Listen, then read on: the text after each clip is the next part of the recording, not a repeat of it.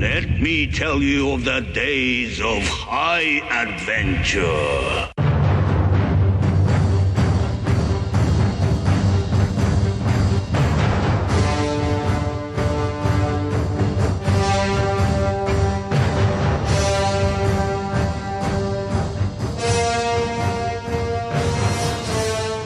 Hello, I'm Kevin. And I'm Eric. And this is 6 Degrees of Schwarzenegger, the podcast where we take a long, hard look at some of our favorite action movies from the era of Arnold. Schwarzenegger is the icon of the genre, and we're taking a deep dive into some of these 80s and 90s cult action movies and breaking them all the way down, all the way to the bottom.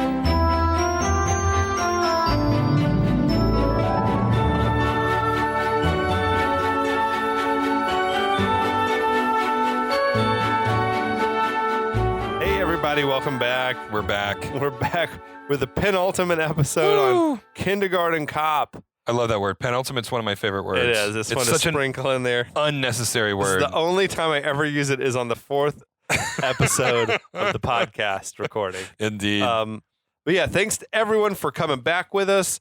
We're excited to be here. Thanks if you're listening to us on our own feed, on the 6 Degrees of Schwarzenegger podcast feed. We're also on the Last of the Action Heroes podcast network, so you can find us over there along with some other awesome, rad podcasts. And all of our socials at 6DOS Podcast. Check us out on all that. That's where we post the links and all of our fun stuff. Yeah, but if you're checking us out on the podcast network, also follow us on our OG feed. That's right. We usually post a day or two earlier there. We also have some awesome content that's not on the podcast network, some of the very early episodes on Big Trouble in Little China and Predator. I'm reluctant to have you listen to them because I wasn't involved, but that's okay. They are a little rough around the edges, but still worth listening. Movies that we should revisit. That's what I'm saying. Like one of these days, I feel like I need to take a crack at some of these. Oh my gosh. I mean, Predator was like the movie that inspired the podcast. I would love to do Little Trouble in Big China, but that's fine. That's for another time. Yeah. Today we're talking about Kindergarten Cop. Yes. Which, if you've been tuning in, you know at this point that both Kevin and I fucking love this movie. Awesome flick. It is a great movie. Like legitimately love this movie. And we're like deep into it. And so, I mean, unless there's a reason to delay, I'm just going to sum us up.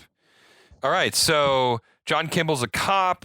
He's got a white whale syndrome with a villain, Crisp, who has an estranged wife who he discovers in Astoria, Oregon. Before he can go up there, Kimble arrests him. He meets another cop, O'Hara. They go up to Oregon. She's going to pose as a substitute teacher, but gets a quote-unquote stomach flu, but we all know it's food poisoning. She had a bad vending machine sandwich. Oh, my God. Bad vending machine sandwich. Kimble ends up having to play the role of the substitute teacher. He's terrible at it, of course, but in the process of doing this, he meets Joyce and Dominic, two characters who are relevant. Joyce and Kimble, I fucked the shit out of each other for so much of this movie.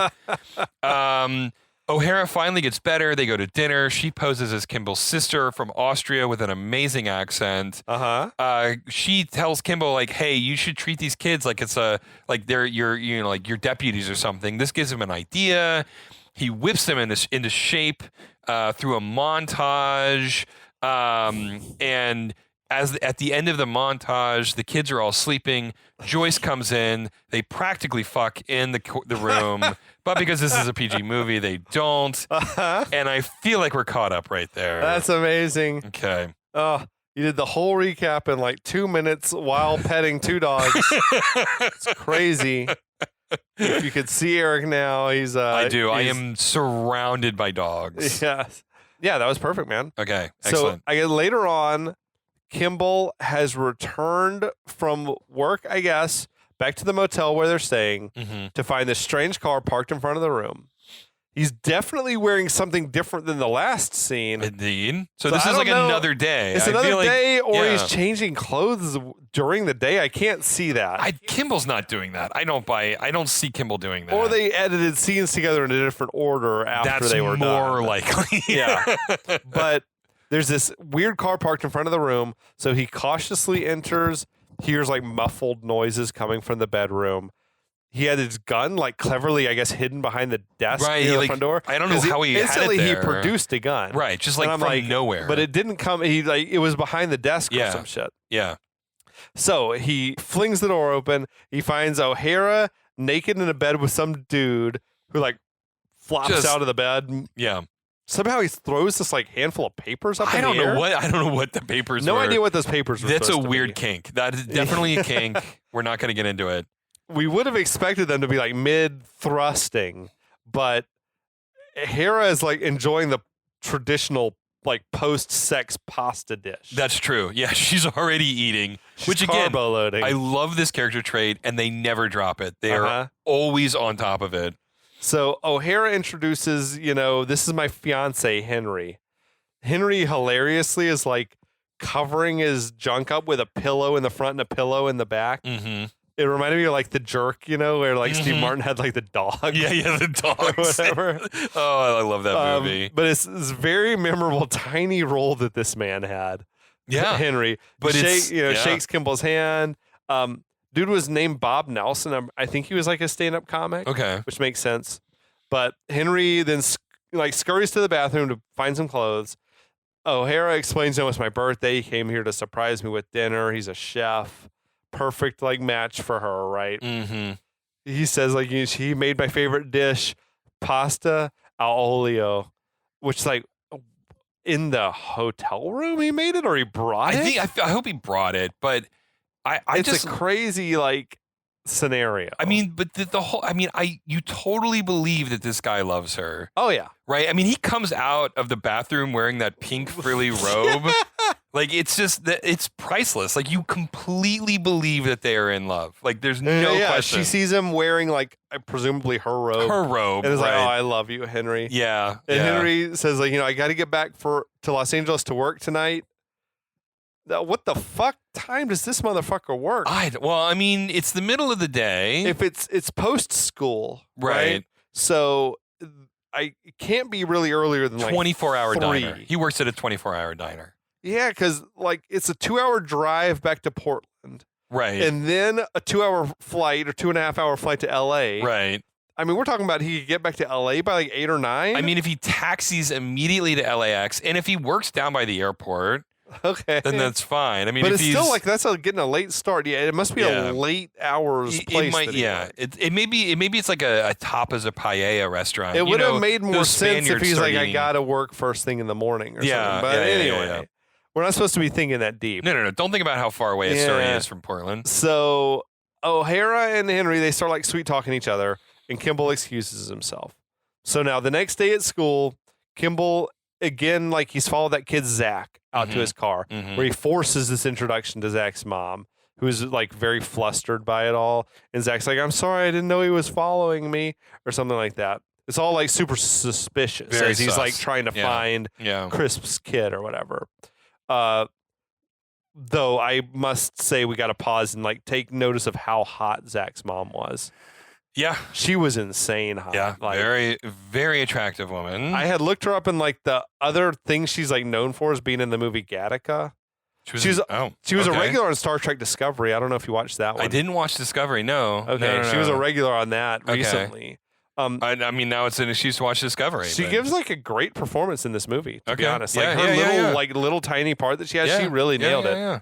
So she's like, apologizing, like, I'm sorry I didn't return your call, and Kimble's like, well, why don't we talk right now? And the mom sends Zach away and is like, I assume that you probably like saw the bruises on Zach's body. And Kimble is taken by surprise by this. Because he probably hasn't. Like, why would he disrobe Zach? Like, and the mom's like, my husband, he's been going to counseling about the situation, so it's all good now. And she's telling Kimble, please don't notify the school system because it's just going to make everything worse. And Kimble's like, he's abusing you too. And she's like, well, like he's working on it, so it won't happen again, And Kimble's like, if I find out basically the abuse is continuing, I'll call the cops. Which was another demand that Arnold had. He wanted, like, in order to do the movie, he wanted the movie to touch on the issue of child abuse. I mean, this is a C storyline, but it's so believable. It works within the scope of the movie. Like, it's just, again, I've said this 1,000 times during the series, but The screenplay is so good. Yeah. It's so good. So if you hadn't remembered or whatever from the previous episodes, it was like he wanted like a lot of stuff about health and fitness for kids. Mm-hmm. He wanted there to be like acknowledgement of like kids who came from broken homes and kids who were like victims of child abuse or whatever. I don't know how much you know about Arnold's like background. I don't. But his childhood was like pretty fucked up. Really? Okay. Like his dad was a Nazi, essentially. Like his dad was an Austrian, but he was like a collaborator with the Nazis. And after World War II, like his dad was like a super like abusive alcoholic or whatever to the family. And like that's why Arnold like I think what like spawned him to want to get into like bodybuilding and becoming strong. Like something so he could control. Like he had and he could protect himself, whatever. So I do think it was like Arnold's own backstory was like, I want to normalize, or you know what I mean, like to acknowledge that kids come from shitty backgrounds. Right. Yeah. Exactly. Essentially, and you can still survive it and thrive and all that shit. It's pretty like admirable, to be honest, for Arnold to be like, that whatever. I mean, we talked about this in the first episode. I mean, he's not a perfect man. No, not at all. He's done some shitty fucking stuff, but he's an interesting man. Oh yeah, and he's done good stuff too, right? He's like, but like I'm not. This is going to be like a wild leap. I don't want to say he's. You would take any number of men who have been great men, like JFK or Martin Luther King Jr., and they have like flaws, like anybody does. And I guess it's just a matter of like, does your good outweigh the good things you do outweigh the bad things that you do? Yeah. And I feel like Arnold is an example of like just what an interesting and complex and like complete human being he is, and we've all sort of seen his life. Yeah, we have evolution from from bodybuilder to huge movie star to governor to like America's granddad or whatever sort of role that he's in now. Yeah. He had his marriage sort of fall apart in front of the world. Like there's a lot going on with the man, but look out for our Arnold Schwarzenegger biography podcast soon. So that's a different podcast. That's another podcast. Yeah. So now, meanwhile, though, back in Los Angeles, that junkie Cindy who like witnessed Crisp murder her boyfriend / like drug using buddy. Right. They didn't want to label it. Remember, they didn't want to label it. Yeah. She's trying to score some drugs. She buys drugs from some dude. Then we see that dude that she scored from is working for Crisp's mom. Uh-oh. So the dude's like, okay, lady, I gave her that stuff. Like, where's the rest of my money? And she hands dudes a wad of cash. And he's like, who are you, old lady? And she's like, your fairy godmother. and walks away. I don't know if dude knows that he's like an accessory to murder. I don't know, man. Whatever. Yeah. Back at the Astoria Motel, Kimble is getting dolled up for his date with Joyce. O'Hara returns. She's like, I've got it confirmed that the kid Zach is not Crisp's kid. And Kimble's like, yeah, I just figured that out myself. So our remaining options now, I feel like, are like there's the death-obsessed kid whose mom wishes that the dad was dead. Right. Is that that's like, it might be a tumor. It's not. Yeah, it's the but we. I feel like he's a prospect. It's the mom from beginning of the movie. She was in. It was like she was in Soap Dish, and that's Sylvester. Right, that's Sylvester. I feel like he's another prospect. Yeah, the mom seemed kind of sleazy, like with the story about the dad running off with another guy, or whatever. And then we got Dominic, whose mom is Joyce. That's Kimble's love interest, right? So O'Hara has a bottle of wine that she says that she got for Kimble to take to that dinner. And Kimble's like, oh, no, I don't think so. The best way to screw up when you're doing undercover is to start doing things that you would not normally do, which is a good policy. But O'Hara is like, oh, come on. You wouldn't take a bottle of wine to a woman who invited you to her house? Of course you would. 100% you would. Of course you would. Well, we don't know what Kimble would do, but any normal person functioning would. human, yes. And then she like whips out this bouquet of flowers as well, which is like a hilarious moment. She's like trying so hard to get his dick wet. I mean, respect, man. Respect. Everybody deserves a wingman like that. So Kimble then arrives for dinner at Joyce's home which is fucking enormous. Dude, and the scenery, again, like, just shout out to the Pacific Northwest again. Like, just unbelievable. That house was so awesome. So, I don't know how, the $3 million. Right, exactly. It had to be the $3 million. So Kimble compliments the house, is joking like, oh, they must pay you a lot more than they pay me. And she says, haha, the house now belongs to a friend of mine. He lets us stay here in exchange for keeping the place up. It's a fishy story. Right? I mean, it's a fishy story. It's a fishy story. So Kimble's like, oh, that sounds like a nice friend. And she's like, can you get a fire started in the fireplace while I finish up dinner? She's being like super familiar with him already, The Dominic says, come on, Mr. Kimble, I'll show you where the wood is.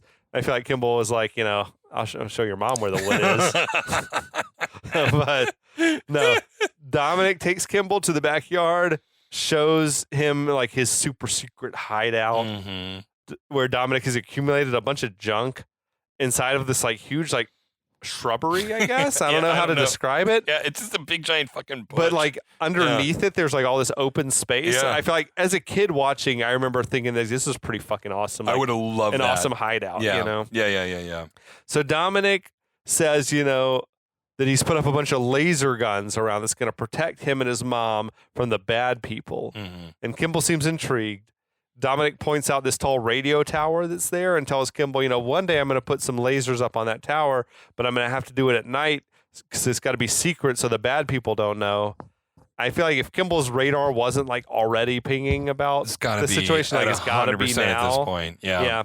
So back in the house, Kimble fakes like he needs to go look for a bathroom, but he starts snooping around the house.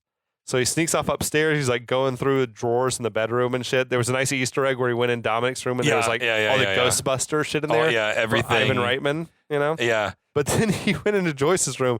He goes to the drawers and like he's checking out her panties. I'm like, what the fuck, dude? Yeah, it's crazy. Like, I'm not on your side right now. He gave him sorry. He gave him a real good look. Very good look. Yeah. So he's not finding anything suspicious. Then he's startled by Dominic, who's like been sent up to find him or whatever. And Kimble's like, I'm sorry, I got lost like trying to find the dining room. And the kid's like, oh, follow me, silly. And I feel like he's like one step away from being like, Mom, he's upstairs sniffing your panties. Whatever, like shit. But cut to after dinner, Joyce is making him coffee. She's telling Kimble, that Dominic had mentioned that you have a kid also. And he's like, oh yeah, I'm divorced.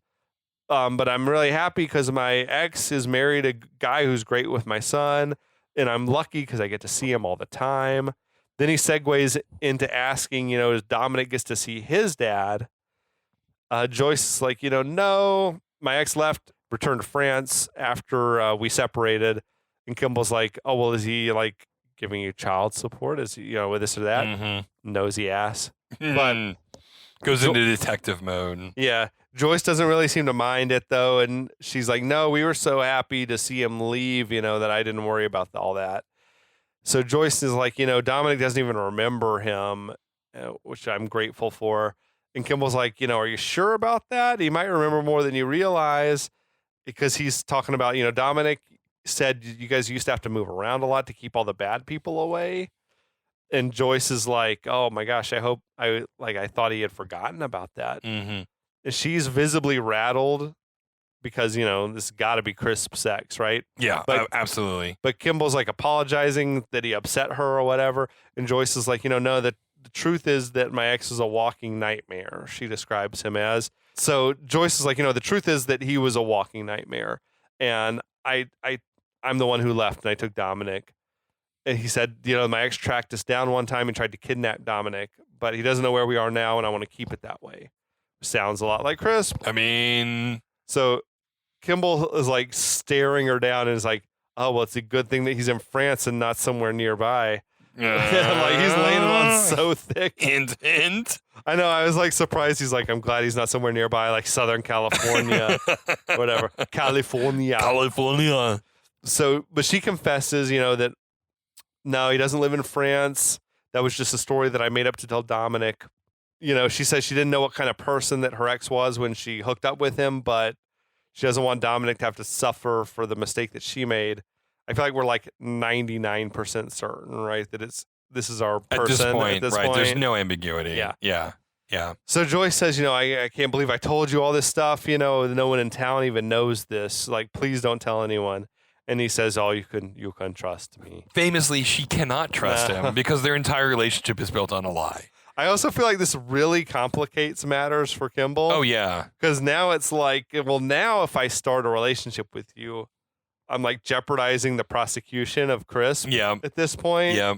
But at the same time, I feel like that knowing that this is Crisp's woman, I feel like now he's got to fuck her. I mean, just to get to Crisp. This is literally him just fulfilling him capturing the white whale. Like, this is just another way. I'm going to cuckold him. Right, exactly.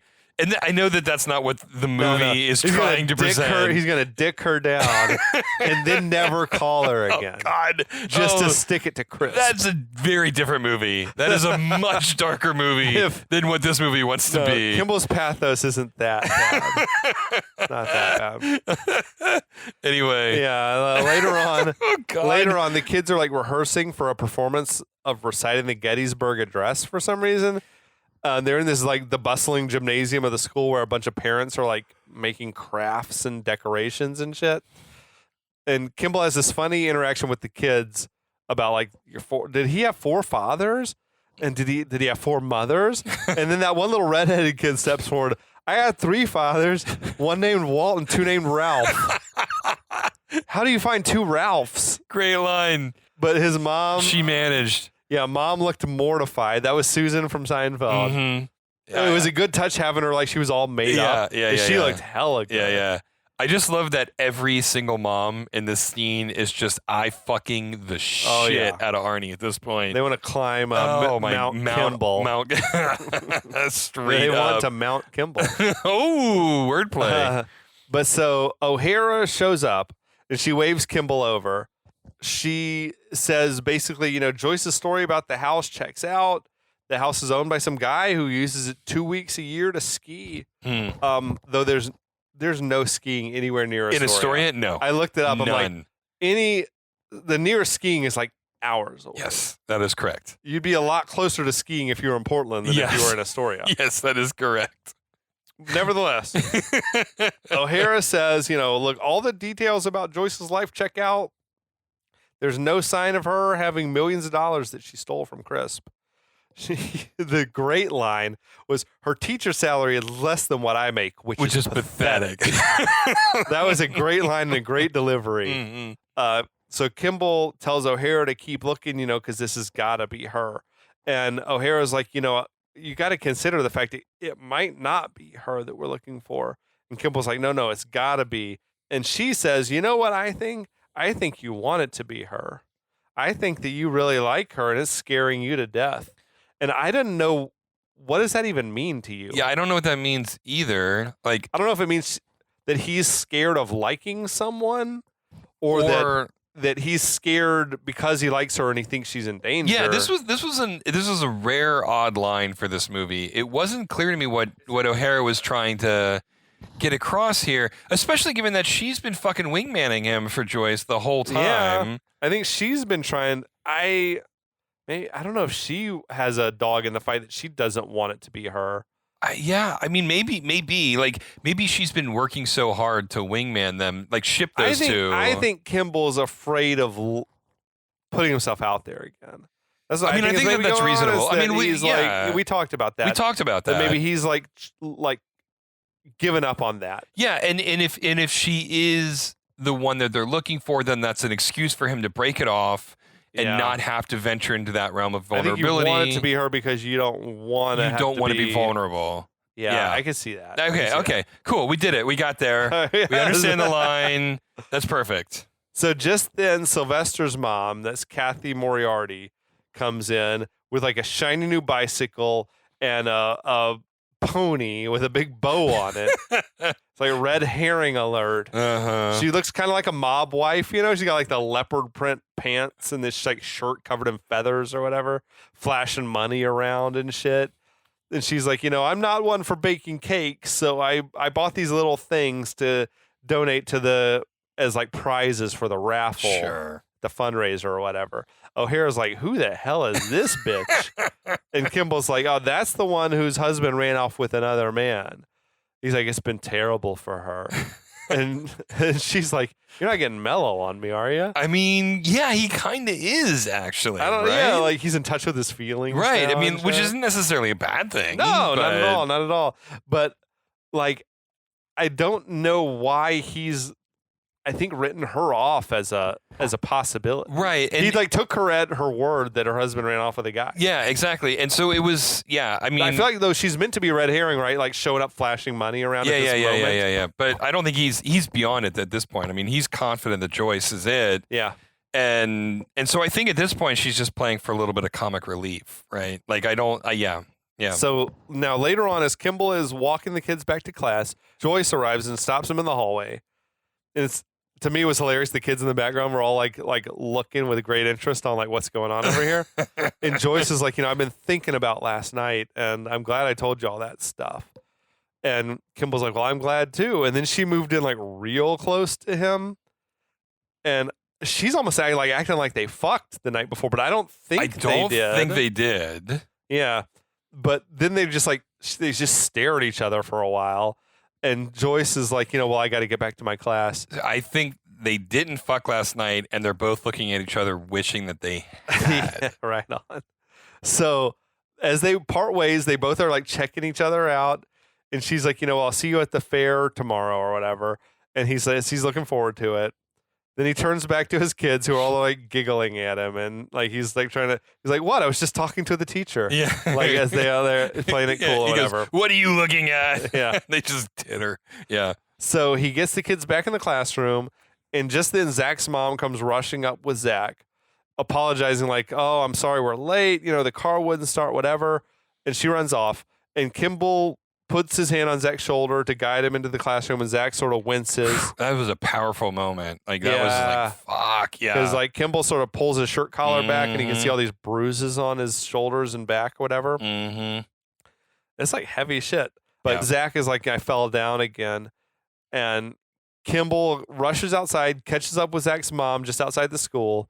Zach's mom, that's like the real hottie of the movie, to be honest. But that's here nor there. But I love those dimples. Yeah. All right. She's like, she's like, I didn't close the door to the basement, and Zach fell down the steps. The doctor says it looks worse than it is. And Kimble isn't buying that bullshit. He's like, No. you all say the same thing. Oh, the kid fell down the stairs. Can't you like think of anything better to say than that?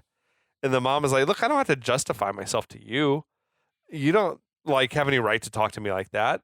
It is a little rough for Kimble to like come at her like this because she's also apparently a victim. Yeah. I felt like, but then a guy who we assume is Zach's dad gets out of the car, and Kimble makes a beeline for him.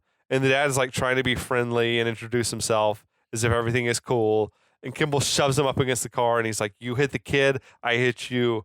And then the dad calls Kimble a bastard and like takes a swing at him. Right. But Kimble blocks the punch and punches him in the gut, which is like, I feel like anyone watching the movie would just approve of this. Oh, yeah. Straight up. Beat that fucker up. Yeah. But so Kimble picks him back up, and he's ready to hit him again. But for whatever reason, all these kids have like come outside the school at this point, and like there's other bystanders have stopped to watch the fight or whatever. So Kimble's like, oh, you're not worth it. I'm pressing charges against you. Mm-hmm. And the principal also at this point has emerged from the school to see what's going on, which is like possible trouble for Kimble, right? So later on, back in the principal's office, Kimble's apologizing. He's like, I shouldn't have hit that guy, especially with the children around. It was a mistake. But she throws this file folder down on the desk. She's like, I checked you out. There's no record of you having ever taught at any public school in California or anywhere else. You have no teaching experience whatsoever, do you? And the jig is up. Kimble is like, someone finally noticed. Which I thought was a pretty good line. Yeah, that was good. And the principal tells Kimble, I was skeptical about you and your methods, whatever, but they work and the kids love you. And I have no idea what kind of police officer you are, but you're a very good teacher. And it like makes you feel warm inside, It's like because you thought she's about to get him, and then all of a sudden she's like, I want you out of my school. Oh yeah, all that shit, right? Yeah. So Kimble is like sort of surprised. He thanks her, The principal has one last question. It's like, what did it feel like to hit that son of a bitch?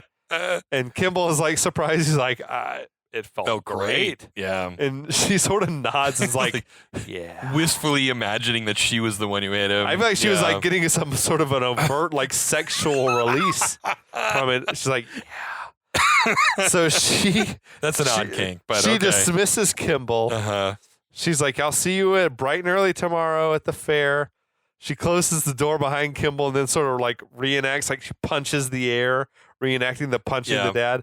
That's like, what a fucking scene, man, from Linda Hunt. So I wanna like pause here for a second. So anybody who writes screenplays, I recommend the book series Save the Cat by Blake Snyder.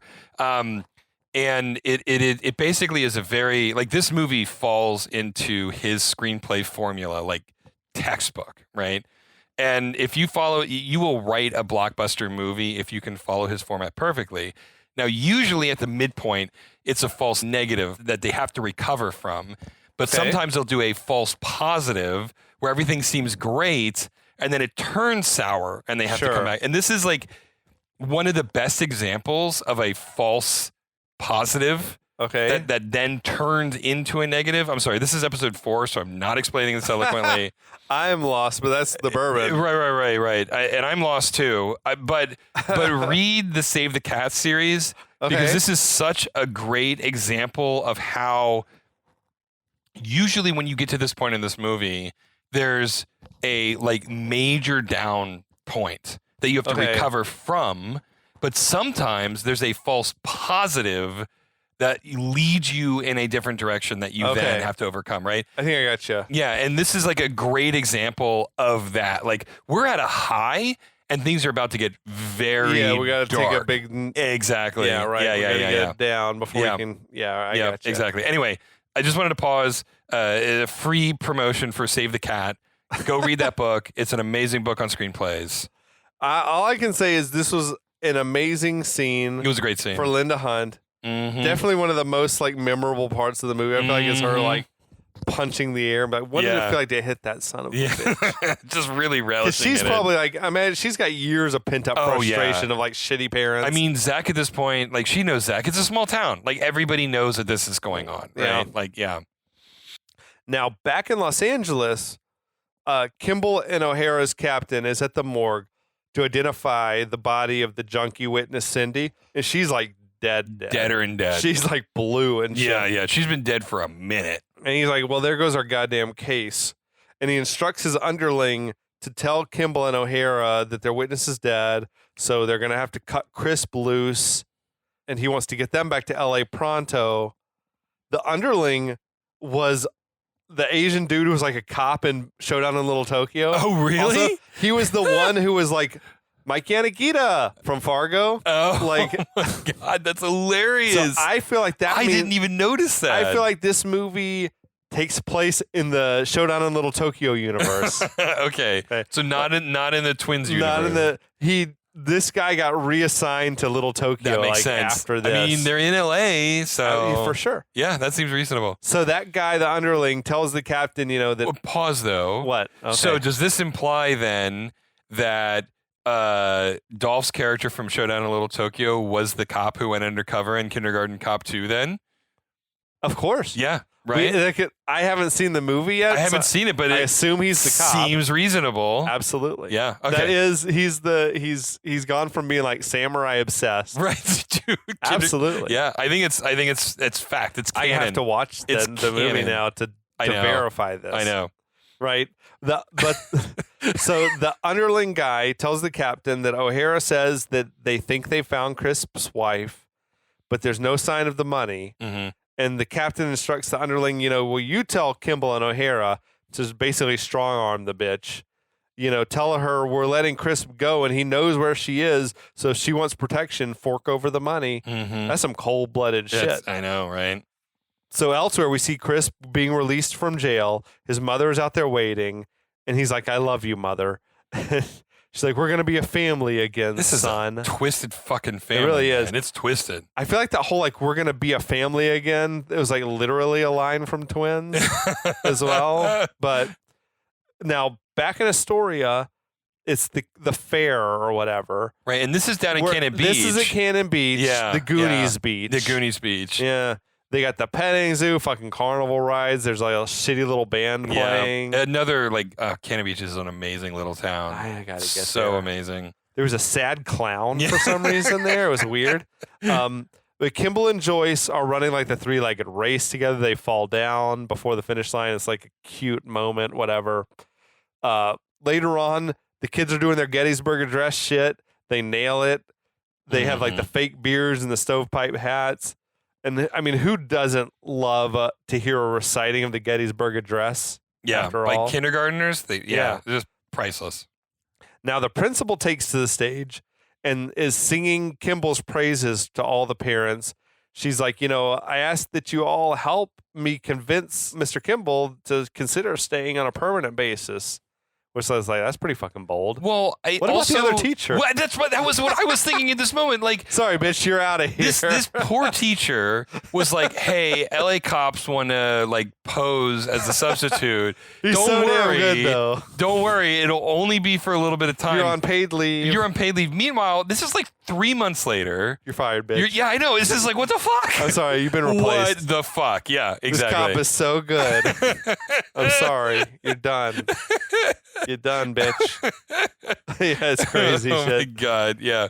So all the kids, they rally around Kimble and are like hugging him and all that. Elsewhere, Crisp and his mom have already reached Astoria somehow. I mean, okay. I guess they caught a flight? From the prison. They immediately went to Burbank. Did he have a private plane? He's rich, right? I mean, so did he have like a charter flight waiting? That's why I'm saying that they went to Burbank, right? And rented a car when they got to I think Portland? that's what happened. And just immediately drove down. Okay. Yeah, directly from the police. It's incredibly fast. Yeah. I don't know what time of day it's supposed to be. It could be afternoon already, so maybe it's been like a few hours. It's cloudy as shit, so you have no real idea. Yeah. So Crisp is like looking around the town. He thinks it's great. Mm-hmm. The mom is like, I'm going to the pharmacy. She doesn't seem to like Astoria that much. She's an LA lady. So Crisp sees this little like car racing toy set in the window of the store. Yeah. Whatever. He goes inside. Another man is like in the process of buying the display out of the window. And Chris walks up and he's like, I'll pay you double what the toy costs to the customer, which he hasn't bought the shit yet. I feel like you could just tell the clerk or whatever, I'll pay you double. I'll pay you double. And I feel like he'd do it if he's a good employee or whatever. I don't know. But the guy is like, no, my kid's been bugging me for this toy, which that dude seemed way too old to have a kid who wants to play with that toy. That dude seemed like in his 60s or something. Look, some people get a late start in life, Kevin. Some people get a late start in life. That's true, I guess. That's okay. True. All right. Okay. So Chris says, I'll give you even more money, but the dude refuses again.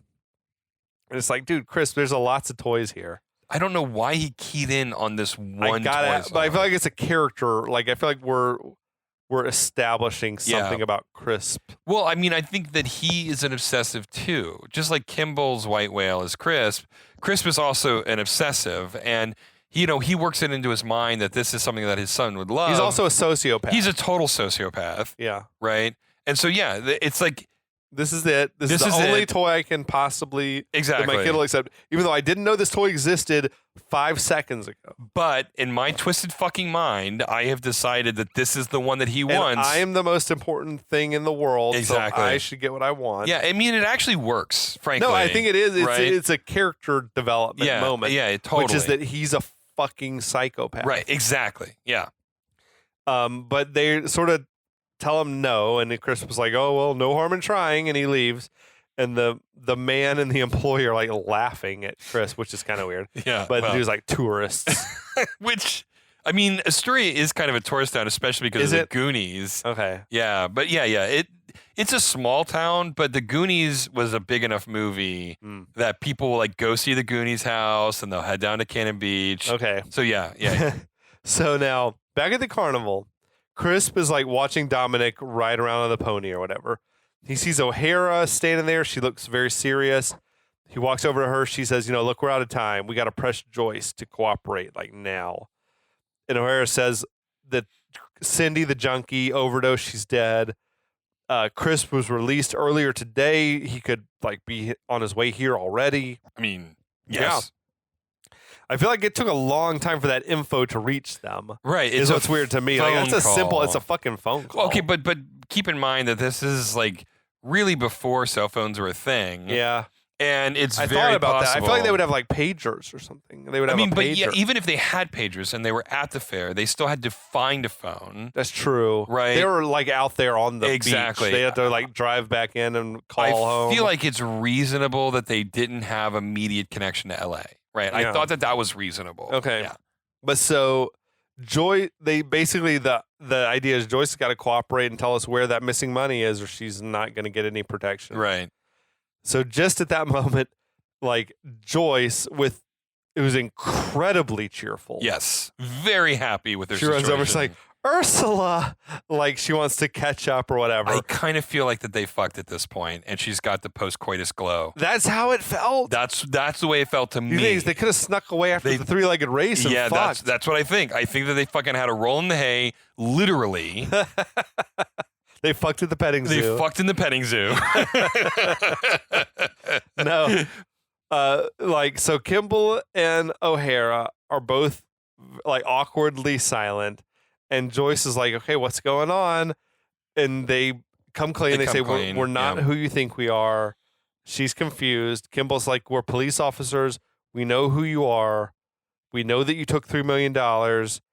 Joyce is sort of playing it like she doesn't know what they're talking about. But Kimble says, Chris knows that you're here. He could be here any minute. And all of a sudden, Joyce gets serious. She starts looking around for Dominic. Kimble's like, look, we can protect you guys, but only if you tell us where the money is. And she screams at him, there was never any money. And she calls Kimble a son of a bitch. Rightfully. And I feel like I remember the TV edit. She called him a stupid jerk, not a son of a bitch or whatever. I don't know. Yeah, you can't even be mad at Joyce for reacting like this. No, absolutely not. She's 100% in the right. Yeah. So Joyce grabs Dominic off the pony, tells him, we got to go. The bad people are coming. Kimble is pleading with Joyce, like, look, let us help you, But she shoves him away. She's like, I think at that point she does call him a jerk or whatever. Yeah. Then there's this weird jump forward in time where it goes from her walking off screen with Dominic to her getting in the car and Dominic's already like fully belted in and everything like that. I don't know. So I wonder if because I think in the beginning episode we talked about there's an entire subplot with Stephen Root that they cut out of the movie. There was a big Stephen Root moment. And I wonder if this was like a Stephen Root moment that like hit the cutting room floor. I gotta know what Stephen Root's deal was. I really want to know what that was. Find out. But but this is a testament to how it was the right move to remove it. Oh yeah, because you got to keep it moving. But and there's no point in this movie where it was just like well, I don't understand why is this happening. You can't kill the momentum right now. Right. And Stephen Root was never, his character was clearly never central enough to the plot that it mattered. Yeah. I got to find an original screenplay and see if we can figure out the missing very character. Curious about what that was. Yeah. But like the idea that an entire subplot was cut from this movie. Anyway. I just want for Stephen Root to be like a career like a cuckold. Like he's Joyce's ex. Oh, he wants to watch Kimble fuck her. Wow. Let me watch. Oh my God. That would be like some True Blood shit right there. That's next level. I don't know. That's a reach. That's the bourbon talking. Yeah, for sure. we are on episode 4 after all. Oof. Yeah. So Joyce gets in the car and Kimble comes running up and it asks, well, why is he after you if there's no money? And she says Chris doesn't want the money, he wants Dominic. And goes driving off, and it's like, a piece of the puzzle falls into place. And now this bit is so good. Kimble stands there like sort of striking this action hero pose, like 3/4 turned to the camera, hands on his hips, like buffed up or whatever. Yeah. And O'Hara comes running up beside him, and she says, she's gonna run again. And he says, yeah. And she's like, unless we do something. And he's like, yeah. And she smacks him. It's like, snap out of it. It's so good. It's a great moment. It's so moment. fucking good, man. Moment. But that brings us probably to like the start of the final act of the film. That's right. This is that we are coming into the climax of the film. Yeah, dude. We're getting there. And also, we're going to make you wait until next week. Ah, yeah, sorry. brutal. We're going to have to do it. Brutal. Yeah. But this movie's so fucking good. It's so good. You got to come back. You got to come back. Come across the finish line with us. Yep. Thanks for listening. As always, Last of the Action Heroes Podcast Network fans, people on the 6DOS podcast fans, yeah. Check us out on the social medias. Eric's dropping like funny memes. I try to. And like creative posts and trivia. Trivia, as much maybe trivia as I can we're find. too drunk to even remember. We'll figure it out. I write most of those posts completely hammered, so. It's like 75% of any given day. Well, you said it, not me. We don't have a problem. We don't. No. We don't need wellness checks. This is the only time I drink. That's a total lie. That's a lie. That's so untrue. But anyway, we will be back next week with the exciting conclusion of Kindergarten Cop. So we hope you're going to come with us. And until then, we'll be back.